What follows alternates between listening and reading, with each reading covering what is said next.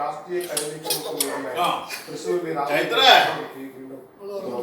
പ്രാഥമിക പ്രവണി ഒട്ടും ചോർന്നു പോകേണ്ടതാണ് പൈതൃക മന്ദിരം പുതുക്കി പണിതിരിക്കുന്നത്. കഴിഞ്ഞ നൂറ്റാണ്ടിലെ നിരവധി സംഭവങ്ങൾക്കും രാജകീയ രാഷ്ട്രീയ തീരുമാനങ്ങൾക്കും സാക്ഷിയാണ്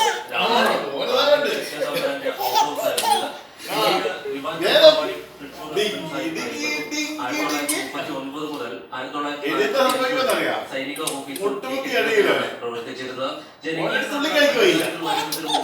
രാമനിലയത്തിന് ആ പേരിലും തീരുമാനങ്ങൾക്കും പ്രധാന വേദിയായതും രാമനിലയമായിരുന്നു.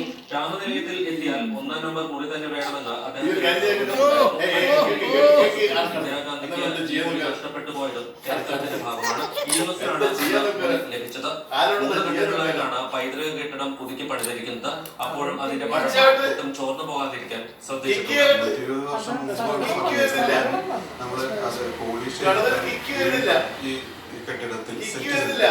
അത് അത്രയും പഴമ നിലനിൽക്കുന്ന നല്ല ഭംഗിയുള്ള ഫർണിച്ചറാണ്. പക്ഷെ ഇതിന്റെ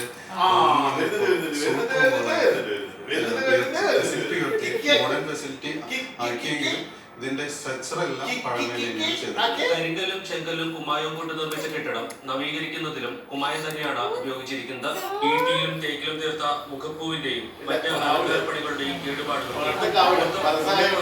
7 കോടി രൂപയാണ് കെട്ടിടത്തിന്റെ നവീകരണത്തിനായി സർക്കാർ ചിലവാക്കിയത്. 1.25 കോടി രൂപ കൊണ്ട് ഉദ്യാനവും ഒരുക്കി. ഇത് തൃശ്ശൂർക്കാരെ സംബന്ധിച്ചിടത്തോളം വളരെ അഭിമാനകരമായ പഴയ പ്രവൃത്തി ഇപ്പൊ തിരിച്ചു കിട്ടിയിരിക്കുകയാണ്. 4 ആഡംബര സൂപ്പുകളുള്ള പൈതൃക മന്ദിരത്തിന് 14,500 ചതുരശ്ര അടി വിസ്തീർണമാണ്. മാതൃഭൂമി ന്യൂസ്, തൃശൂർ.